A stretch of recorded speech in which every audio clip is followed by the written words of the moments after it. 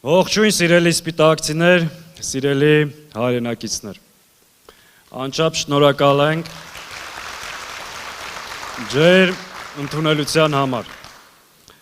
Սիրելի հայրենակիցներ, եկեք պարզ խոսենք ինչա կատարվում։ Ընտրարշավին մնացել ընդամենը 1 շաբաթ։ Հայաստանի քաղաքական դաշտի կուսակցությունները փորձում են հանրությանը ներկայացնել իրենց ծրագրերը, իրենց մոտեցումները, իրենց տեսակետները։ Իրականում երկու տեսակ կա՝ իշխանության եւ ընդդիմության։ Ինչ ենք ասում մենք մեր ժողովրդին, մեր հանրությանը։ Ասում ենք տվեք մեզ մանդատ, տվեք մեզ հնարավորություն, կանգնեք մեր կողքին, երկիր այս իրավիճակից դուրս բերենք։ Քանի որ Հայաստանի Հանրապետությունը կանգնած է ծանր եւ լուրջ մարտահրավերի առջեւ։ Արցախը հայաթափվել է, գտնվում է Ադրբեջանի սկողության տակ, Ադրբեջանի զորքերը գտնվում են Հայաստանի ինքնիշխան տարածքում, ներկայացնում են նոր պահանջներ Հայաստանի նկատմամբ, իսկ գործող այս դավաճանական ոհմակը հայտարարել է, որ պատրաստվում է Հայաստանից նոր տարածքներ հանձնել։ Մենք ասում ենք այն քաղաքական թիմն ենք, ունենք այն վարչապետի թեկնածուն,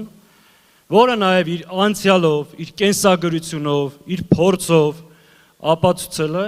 որ կարող ենք ապահովել մեր երկրի տարածքային ամբողջականությունը, ինքնիշխանությունը, ապահովել Հայաստանի քաղաքացու անվտանգությունը,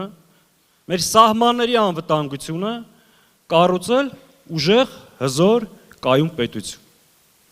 Սրան զուգահեռ ինչ ասում այսօրվա իշխանությունը։ Ժողովուրդ, ՔՊ-ի նախընտրական ծրագիրը ձեր հետ կապ չունի։ Իր խոստումները ուղղված է Ալիևին։ Այդ խոստումները, եթե դուք նայեք, անընդհատ ասում է ժողովուրդ, այդ իր ապուշ սրտիկները չգիտեմ ինչ, բայց ձեր հետ կապ չունի։ Իր խոստումները ուղղված են Ադրբեջան։ Ինչ է ասում։ Ասում է, որ Ժողովուրդ ջան, ինձ մանդատ տվեք, որ Հայաստանից նոր տարածքներ հանձնեմ, բառացի ուղիղ հայտարարել է դեռ։ Ասում է դեռ Հայաստանի տարածքում կան ադրբեջանական տարածքներ։ Ասում է ինձ օգնեք ընտրվեմ, ՔՊ-ի ծրագրում սևը սպիտակի վրա ժողովուրդ գրված է, որ հարձակվելու է եկեղեցու վրա։ Այդ ժողովրդին չի խոստանում, չէ՞, այդ Ալիևին է խոստանում։ Ասում է եկեք ինձ քվեարկեք, որ սահմանադրությունը փոխեմ ու հրաժարվեմ անկախության հռչակագրից, ուրանամ հայոց ցեղասպանությունը։ Վերջում էլ ասում է դեմ ինձ քվեարկեք, որ մի քանի հայտնի մարդկանց իրանց եւս բանտ նստեցնեմ։ Այս ամեն ինչի հետ մեր ժողովուրդը, ժողովրդի շահը որտեղ է։ Հետևաբար Նիկոլ Փաշինյանը, այն որ ասում է ժողովրդի ծառան է, ինքը Ալիևի ծառան է, ինքը Ալիևի ստրուկն է, ինքը հակահայ գործիչ է, որին պետք է հեռացնենք։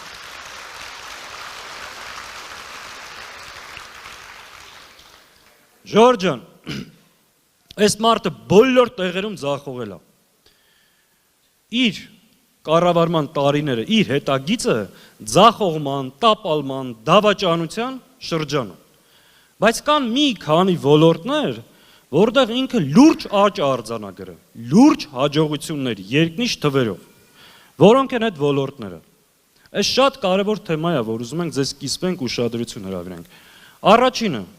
Նիկոլ Փաշինյանի կառավարման տարիներին մեր երկրում մեծ աճ եւ առաջընթաց ունի թմրամոլությունը։ Պաշտոնական տվյալներով 15%-ով, իրականում շատ ավելի մեծ ծավալով, այսօր ամեն մի թփի ծառի տակ շքամուտքում նարկոտիկ են ծախում օրը ցերեկով, թմրամոլությունը մեր երկրում մեծ ծավալների է հասել։ Սա ինչի համար է։ Մեր ընտանիքները քանդելու, երիտասարդությանը սխալողությամբ տանելու ու լուրջ սպառնալիք է, անվտանգային սպառնալիք է, նույնիսկ դպրոցներում արդեն տարածումը տեսնում եք մեր հասարակության համար։ Լուրջ երկնիշ աճ ունի 8 տարվա մեջ։ Ինչ է ասում Հայաստան դաշինքը, որ արմատախիլ ենք անելու։ Թմրամոլությունը մեր երկրում պետք է համակարգային պայքար ուղղվի եւ իսպառ բացառվի։ Ու այսօրվա այս ծավալը Որ գոյություն ունի ժողովուրդ ջան, գոյություն ունի, որովհետև սա ունի պետական հովանավորչություն, հակառակ պարագայում այս ծավալով չէր կարող լինել։ Երկրորդ առաջընթացը, այս իշխանության օրոք, սա խաղամոլությունն է։ Ընդհանրապես մի թիվ եմ ասում ձեզ ժողովուրդ, 2018 թվականին խաղադրույքների ծավալը կազմում էր $1 միլիարդ։ Այսօր խաղադրույքների ծավալը $20 միլիարդ։ 20 անգամ Նիկոլի իշխանության տարիներին խաղամոլությունը այս երկրում աճել է։ Պետական բյուջեից շատ, պատկերացնում եք դուք, խաղամոլության խաղադրույքների վրա գումար է դրվում։ Բոլորս գիտենք, չէ՞, քանի ընտանիք է քանդվում։ Նիկոլ Փաշինյանը կազինոն մտցրել է յուրաքանչյուր հայի օջախ։ Ընտանիքներ են կործանվում ու անվերադարձ։ Հայաստան դաշինքը ասում է, որ պետք է սահմանափակվի on-line կազինոների գործունեությունը եւ այդ չարիքի դեմը պետք է առնվի, որովհետեւ դրանք հայկական օջախների քանդման ու երիտասարդության կործանման պատճառ են դառնում։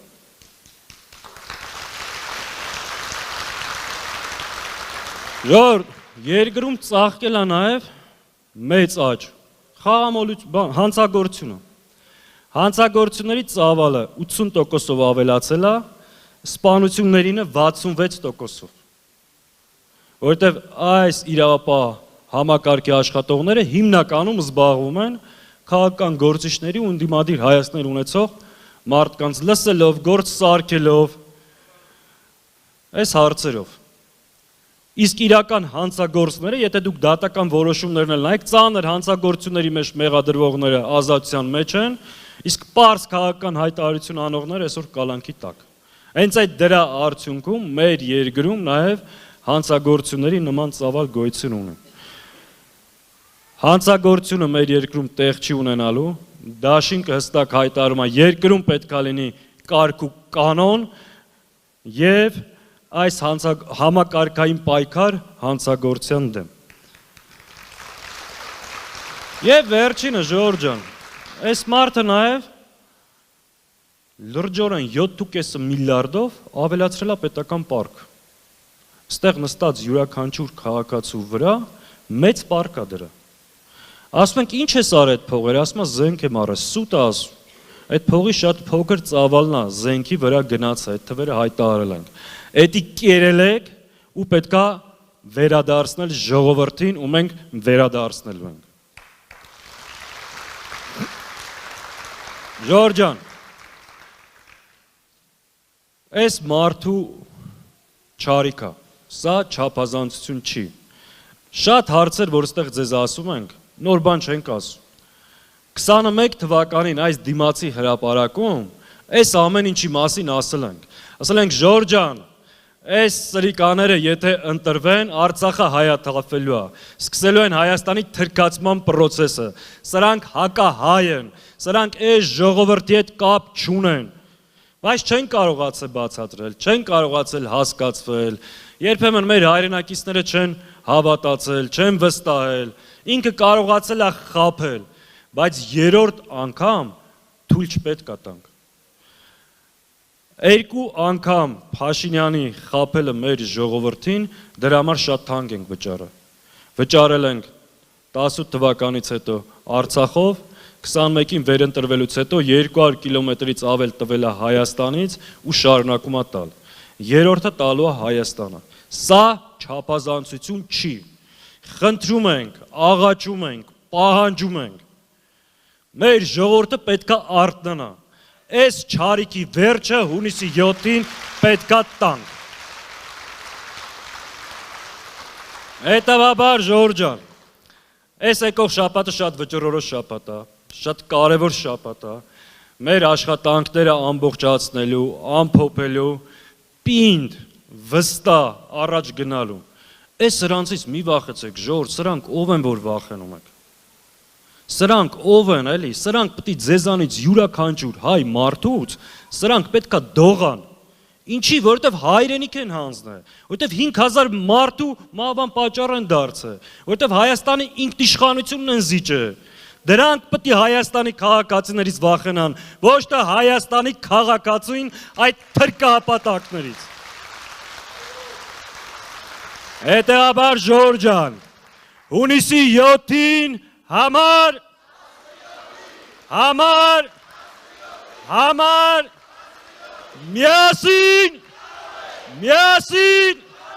միասին,